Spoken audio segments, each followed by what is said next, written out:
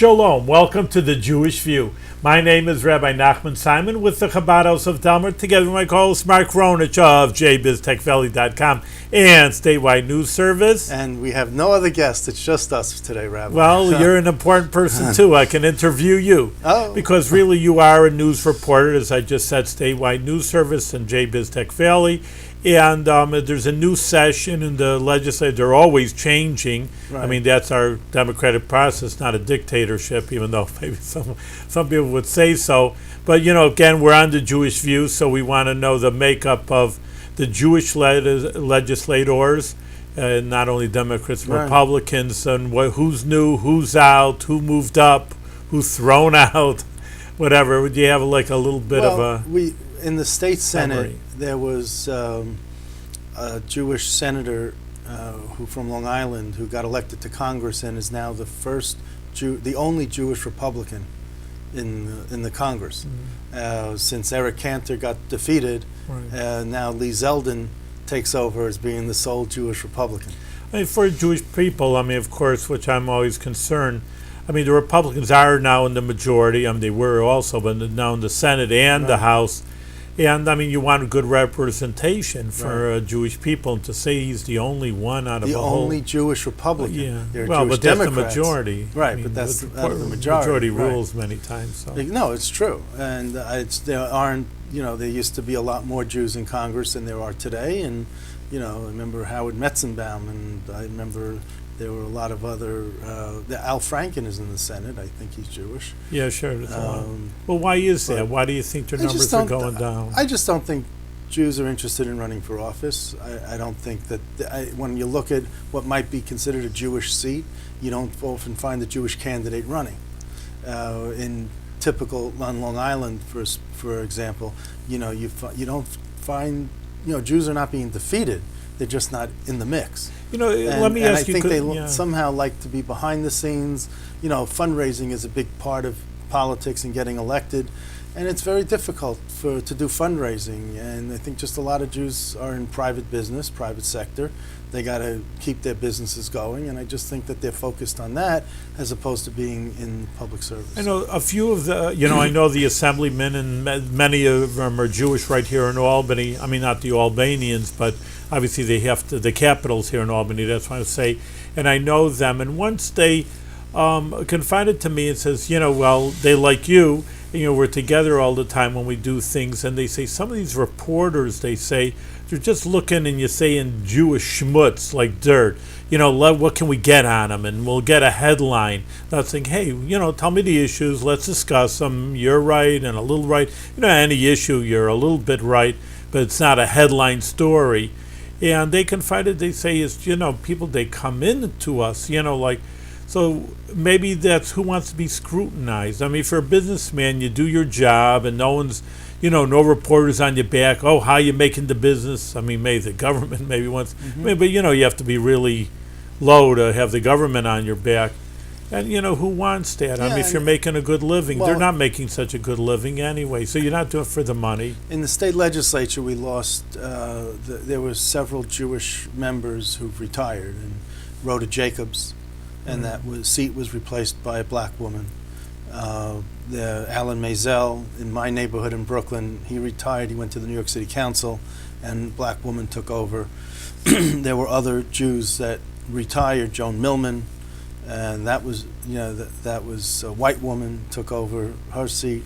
What you're saying that so many women, is there more women? I mean, that's not a Jewish issue. There are more women in the legislature now than there ever have been, but it's not up to the point that where they equally represent the population of women in the state of New York. Well, it should be 50-50, shouldn't it? We have more women than men in New York really? State. So, good for the men, I guess. But I just wanted to, there was one seat on Long Island, Harvey Wiesenberg. He retired, and the person who took over for him is a guy named Todd Kaminsky. Good. And Mel Brooks' last name is Kaminsky. His original name, not right? His real name, and Todd Kaminsky is Mel Brooks' great nephew. So there's a family, relatively close family tie with with that. So who knows? Maybe we'll see Mel Brooks in Albany at some day giving the opening Isn't- prayer or some I don't know, comedy. Ten Commandments or something. Because But it's interesting. Of course, we're the Jewish view, and of course, I'm an Orthodox Hasidic Jew. But more and more, they are getting more representation. yes, we have 5 observant Jewish members of the Assembly and 1 observant Jew in the Senate, which we never had in several years. I think Seymour Lackman was the last Right, I know. observant Jew that was in the Senate. So I mean, there are other Jews, but they're not observant. Jeff Klein is the head of the Senate Independent Democrats, and he's Is he still going to be independent Democrat? Do you have any inside yeah, I mean, word they'll on still that? have the Independent Democratic Conference, which is made up of 5 members of the legislature, but it won't be a strong political voice. it won't be aligned with the Senate. Republicans. It'll probably be aligned with the Democrats. Really? So there's And always these shifts. so every there'll 2 be years. shifts, but you never know when these guys will, they're loose cannons and they're independent thinkers, and I like that idea. I'm an independent thinker. People say I'm a loose cannon. I don't mind that.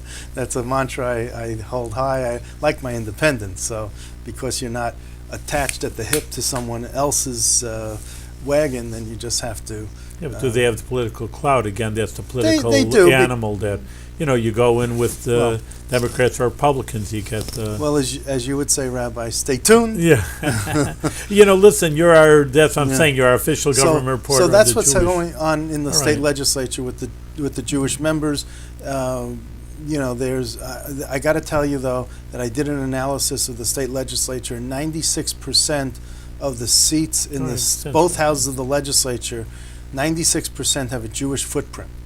So if you were to have a Jewish legislators association, where you have Jews that are called Jewish legislators and non-Jews that represent a Jewish community that are called associate members, you would have 96% of the legislature involved in the Jewish Legislators Association.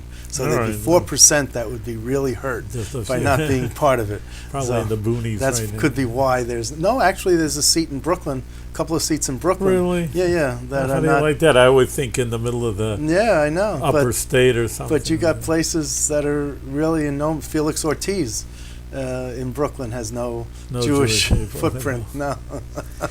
This I was saying before, you're our representative, our Jewish representative, Jewish reporter, and one of the things of the government and close to Lubavitch is the public menorahs. The Rebbe always felt that, first of all, it was legal, and the Supreme Court took a good few years and a Yep. lot of arguing in Supreme Court, literally the United States Supreme Court, to say, yes, he's right, the Hanukkah menorah is legal, Christmas trees are legal, Hanukkah menorahs are legal, and but still there's always, they don't have to, you don't have to bring it up. And I just say to our audience that we are filming right now from the Bethlehem library. We have On December 16th, the first night of Hanukkah is coming up. so just saying Tonight, that the library Right. is very nice and gracious, and we have a Christmas tree next door, but we have a nice table of display of But what Hanukkah the Supreme menorah. Court said about the tree is that it can't have a creche, because that's the Really? religious I don't symbol. know. That's what the little family and the Yeah. little booth and whatever. Yeah, I So I know don't know how that. to describe it, but there's that's on there. You can't have that, and you can't have like a cross. You can have a star, but I think, but not a cross Really? on I there. didn't know So there that. are certain religious symbols attached to the tree that you can't have. So it's basically a tree. Yeah. And people can look at the tree and interpret it the way they want. Where Holiday symbol, Right, kind of, and- that's what they're thinking. but and the holiday. Hanukkah menorah, they just said, is a menorah. It's a symbol. It's not. I guess because Hanukkah is not in the Torah, right? Correct. And Came way Hanukkah, later. It came by right, but it's also in. It's not in scripture, right? It's something that's a halachic holiday. Well, it's a do they law call it came a- after rabbinical, But do that's they? what we But do they say. call it a minor holiday because it's not? Yeah, minor holiday, So- because you could work on a Sabbath or a holiday like Passover, a person shouldn't work. Right. And here, obviously, you're allowed to work on Hanukkah. Right. So they that's call why. it a minor holiday, and they also call it where there's a it's basically commercialization. I think Hanukkah's become commercialized, just like Christmas has become commercialized. And there are so many people that want to fit in. So, for example, in Gloucester, I think it's Massachusetts, they have found this article where this Jewish woman wanted to be part of the community that had a Christmas tree made out of lobster traps, because Gloucester is right on the water. It's a very I know my wife owns a home in Vinyl Haven. Everything. I had a nice Jewish boy like me. I said, "What's for dinner?" And there's nothing but lobsters in this place. Right. So we can't eat lobsters, but certainly there's a tree that's made out of lobster traps. And this woman, Phoebe Potts, decided, she's with Temple Ahavad Achim, and she decided that she would build a menorah out of lobster traps, which is ironic. But she says that she's the director of the Sylvia Cohen Religious School at the temple, and said the lobster trap menorah is a way for the small Jewish community in Gloucester to share their holiday lights with the city. So Santa kind of has this month locked up. It's his gig, but this is a way for Jewish kids in Gloucester to share in the season. All right, the holiday season. Right. So that's where. So this is a 14-foot tall, 20-foot wide menorah. It's huge. Yeah. And it's made of 22 lobster traps, 9 buoys that buoys, like the floating buoys, that represent the candles and LED lights. It will be lit outside the temple to celebrate the first night of Hanukkah. And it's funny because she says it's funny because we don't eat lobster, citing the Jewish community's kosher diet. So even in Gloucester, there's a kosher Jewish community, not just a Jewish community. So I'd just like to say thank you to the Bethlehem Town Board, because we also have a menorah at the Four Corners in Delmar, and that is a little unusual. Say, well, of course, like we just said, Christmas trees are everywhere, and of course you have a menorah, but really we're the only public menorah in the entire Capital District, and we have the town supervisor, John Clarkson, does show up and participates with a lot of other town officials. But you have an article there, say, well, I don't think that's outstanding news, but compare and contrast that to what you have bringing out to us. Yeah, I mean, in the city of Plattsburgh, where, quite frankly, there's never really been a huge Jewish community, and if anyone in Plattsburgh wants to have a Jewish community or a minyan, they go to Burlington across the lake. Lake Champlain. How far is they it go to Burlington. No. It's about a half hour. Really, that's all? That's all it is. It's just getting across the lake, that you got to worry about. So, but Burlington has the larger Jewish community. So now there's a shliach, Rabbi Rimler, who is starting a shliach is just for people, an emissary of the Lubavitcher Rebbe to bring Judaism. So to his area. Rabbi Avraham Rimler of the Chabad of Plattsburgh got a proposal sponsored where the city council is allowing for the first time ever the display of a public menorah to celebrate Hanukkah. And the rabbi went before the council and he shared the story of Hanukkah, when a menorah burned bright for 8 days during the Jewish people's fight against oppression in Syria, even though there was only enough oil for 1 day. And then he says that we light the candle to chase out of darkness and to make light out of darkness. So, they on December 8th, I guess, there was an article in the paper that said that the council approved it, and the city attorney said that the city cannot legally allow just one religious group to display items, but can allow for a forum or area for any group to use. So that's how they get around the legal stuff. If we just allow one, it would be afoul of the Constitution, but you could allow for a public forum for the freedom of expression. And I think that's what we have in the town square. Don't they have the tree in the Four Corners here? The tree right next to Menorah. And like I said, in the Bethlehem Library, we have a table of a tree right next to a table of the Menorah. So there's... she noted that the groups will display their items at their own risk as far as vandalism.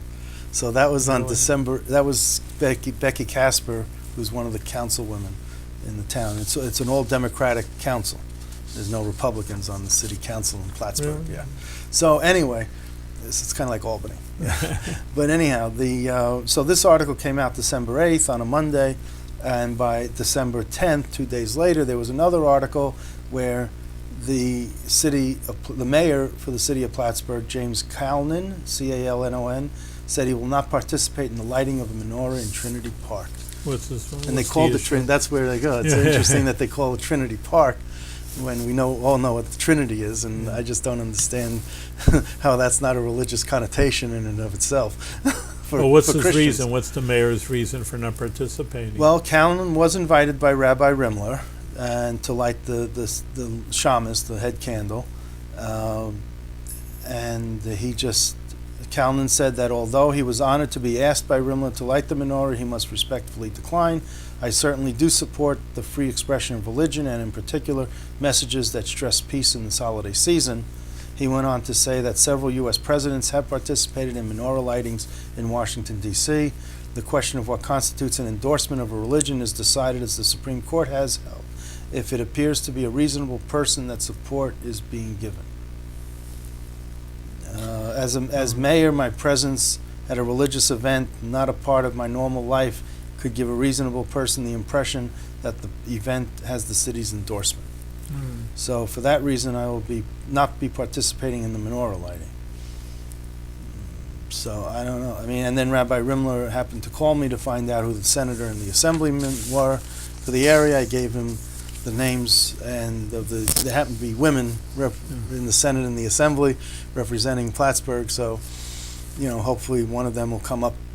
Well, one lives in Plattsburgh and the other one lives by Glens Falls, and her district goes up to Plattsburgh. So hopefully there'll be some state representation to be up there, and that could be a news story in and of itself. I mean, I'm just so thankful to the Bethlehem. We have so many very officials thankful. that come to, and they all participate. They participate in our show so many times. How many times have we had officials that, it is the Jewish View, and, obviously no one forces anybody to be on our show. And they volunteer and they will enjoy it. They come back 2-3 times, some of these and officials. there are some people who won't be on the show because it's named the Jewish View. Really? Yes. So, but those are, they're not here. They're not on the show, so people don't know whether, the people. Why they're not here. Yeah, the public doesn't know that they're not here because they just don't see them. But no, there are people who don't want to be tied in with the Jewish View. Could it be the View? Well, that's taken. Barbara Walters has the View. Take over from her. So I just wanted to. But I also had an interesting, All right, good. something interesting for Hanukkah that Maybe this pick it woman. up. Can they see it? No, this woman. There's a website called esty.com, E-S-T-Y, and this woman came up with utilizing a toy dinosaur called a Menorah, and she converted it into a Menorah Source. That's a good one. I don't know if anyone could see this, but this is the Menorah Source, and straight back over here. All right. And it has the head candle is on the head of the dinosaur. On a side note, though, but that's a kosher. As long as it's in a straight line, it looks like maybe it's a little off, but as long as it's a straight line. See, it's a side note, but I think it's a very important note for people. A lot of people think that Judaism is very straightforward. You can't eat anything but a matzah ball and a gefilte fish, and you have to wear these clothes. Of course, I wear black a lot of times, but I have other suits also. Never saw you wear a light-colored suit. Yeah, once in a while I do. Yeah, there's no law against that, but people feel it's very confining. Well, it's slimming. Black is slimming. Yeah. Well, it's confining, and people say, "Well, I want to express myself." Either there are books like My Name is Usher Lev. I cannot be an artist, and I cannot be a musician, or I'll just play Fiddler on the Roof. You give me 2 songs to play, and that really isn't true. That's why I say it's very important that people say they can participate in a Torah and mitzvah's life and a Judaic life, and they could be creative also. Like here, you see, you can light a menorah, so it doesn't have to be your old $2 tin menorah all the time. You can be creative. You can color it. We have kids coloring the menorah, and surely with music. So here's a gold sprayed Menorah Source on a stand, and it's a toy dinosaur, plastic toy dinosaur that probably costs a few pennies, made in China, I bet. And dinosaurs in China. And the menorah straight line. the candle holders on the spine there I don't know, can't be more than a few pennies or a few bucks here or there, Yeah. right, to put on. Guess what this is selling for? I don't know. This is what's the show of my price? Yeah, prices are, prices are. Guess how much this is selling for? $4.99. $85. Oh man. $85. So now it really is worth to be a good artist. $85. It should be real gold for $85. Yeah. Well, that's why I say you can make money even in. Oh, no, there is a lot of art, and it is true. There is a lot of art, and it But I think does cost a lot of money. kids would love this type Yeah. of thing, and if Get you excited about it. Yeah, I mean, again, because it's that's what fun. I say. Yeah, fun. The Torah is fun. It actually was very nice. What Lubavitch does many times. We go to the Home Depot places, and kids make their own menorah, and that's even cheaper. I mean, you take a wood block and you Right. paint it, and hey, Right. it's your own thing. Like you say, how much does it really cost? Right. A piece of wood and And a they sell for few $85. candles. I don't know if they're going to Yeah, sell yeah. a kid's menorah for $85. well, they did. I mean, that's what it's up on SD.com for. Well, It's this is a little professional one. It's not just a 10-year-old kid putting together. But all right. You know this a 10-year-old didn't do this? Maybe. A little more professional. Uh-huh. But again, So- that's something for you, right, to get the kids participating. Yes. We have on Rosh Hashanah, New Year, when you have a blow to shofar, so you see the cantor get up there, or someone gets up there, and everybody just sits there listening. And then again, we take what it is a shofar is a ram's horn, and it doesn't come like a perfect shofar. You have to drill a hole in a mouthpiece and shine it up. And we say, okay, kids, you could do that too. And you got to clean out the middle. Clean out the marrow. The marrow, yeah. the core. Yeah, so again, that makes the kids feel, hey, it's my own look. This is my shofar, not some rabbi up on stage, and, doing his own thing.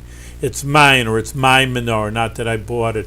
So I just think that's once you say it's a cute idea with what's Menorah Source, Yeah. but on the other hand, people themselves can be creative. Do your own thing if you think of some ways to be artistic, or like I say, music. Also, you have a nice poem, write a poem, music. I mean, it really is, and then it becomes it's your own, not just say, well, here it is, mechanical. Make your own recipes. There's so many of these kosher recipes, so you can't have pork.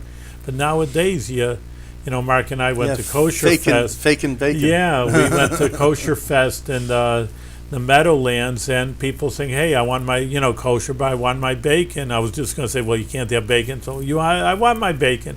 So here's fake and bacon. I mean, it's a real product. From Jack's Gourmet. Yeah. So that's what I'm saying. It's a side idea, but Yeah. I think it's an important idea that people don't have to be stifled with food Right. and artistic feelings or poetry, that they can all feel their own And speaking of expression. food, Oh yeah, Albany has a new kosher restaurant. All right, good. We've had 4 incarnations of kosher restaurants prior to this, but this one really is the most substantial one that we've had, and it really looks solid, and it's phenomenal. It's called Terra, and it's on Washington Avenue, close to Henry Johnson Boulevard, near Lark Street also, but it's closer to Henry Johnson. It's next door to New Scotland Antiques, and it's near some other restaurants, an India restaurant and Well, they some hope Mexican they make a restaurant business anyway is a So- very high-risk business. Right, so they're modeling it as a good restaurant, a very good restaurant that just happens to be kosher. So it's dairy restaurant. It's called Pescatarian. It's fish and dairy and Chalav Yisrael, and they make wood-fired pizzas, and they have fish. I mean, it's just really gourmet stuff. I mean, they got a great chef, and it's all the top-of-the-line kosher, not just regular, everyday kosher. But they really are the strictest of the strict. You can't imagine. And a lot of the Chabad folks are flocking to the Yeah, place. no, I've been there, and it is And what very did you good. think? Yeah? It is excellent. Again, that is the formula, especially for Albany, and maybe if you're in New York City, you can say, well, this is the kosher crowd and call it a kosher name. It's something like that, Mendels Kosher. You can obviously make a living. In Albany, just with the Jewish crowd or the kosher crowd, you probably wouldn't make a good business, so you have to make it good where maybe someone who's not even Jewish would say, hey, this is a decent restaurant. No, and there are a lot of non-Jews coming in. There was an Assemblyman, Angelo Santa Barbara, who we've had on the show, and he was there the other day. It's a picture of him posted on Facebook. They're snapping away the celebrity photos already. Pretty soon they got to get your picture on the wall. That's a celebrity. Or a rabbi at the kosher restaurant. But it is. It's a something very really special. welcome addition to the Jewish community, and the non-Jewish community is always looking for another new restaurant to at least try. And then it's a matter of, okay, they were in here once, how do we get them to keep coming back? That's for sure. I mean, just from a rabbi standpoint, I'd like to have more Jewish people come into community.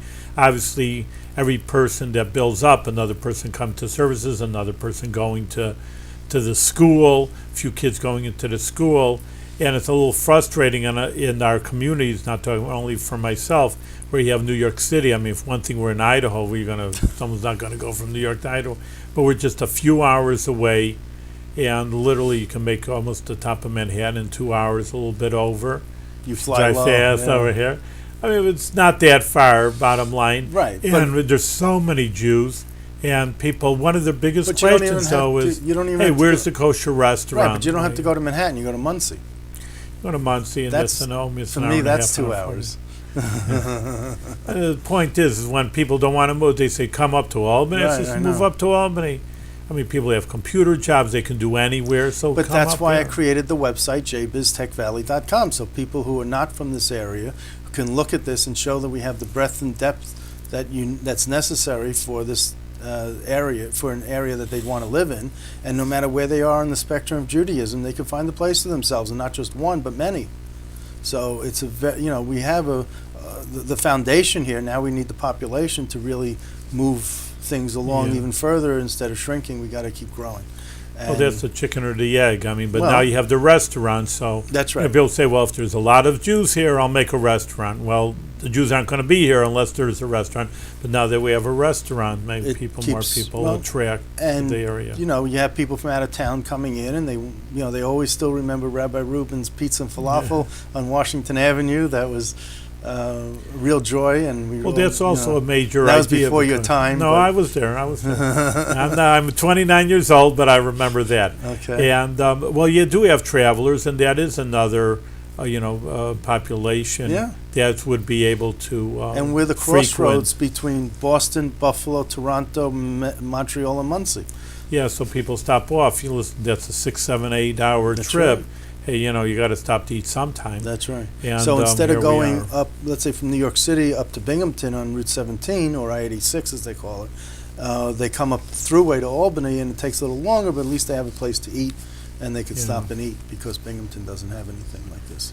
So I just wanted to let everyone know that, there's a Indian, the owner of Terra is Indian. His name's Sonny Brar, B-R-A-R. And he used to own an Indian restaurant up in Clifton Park, which he closed. They have a lot of to focus on this. There. And there are combining, the vegetarian Indian restaurants. On the show sometime. And I'm looking forward to that. But it's a restaurant that's very busy, and he has to attend to his business, and he can't always come, and break away, especially in the beginning when the restaurant's open.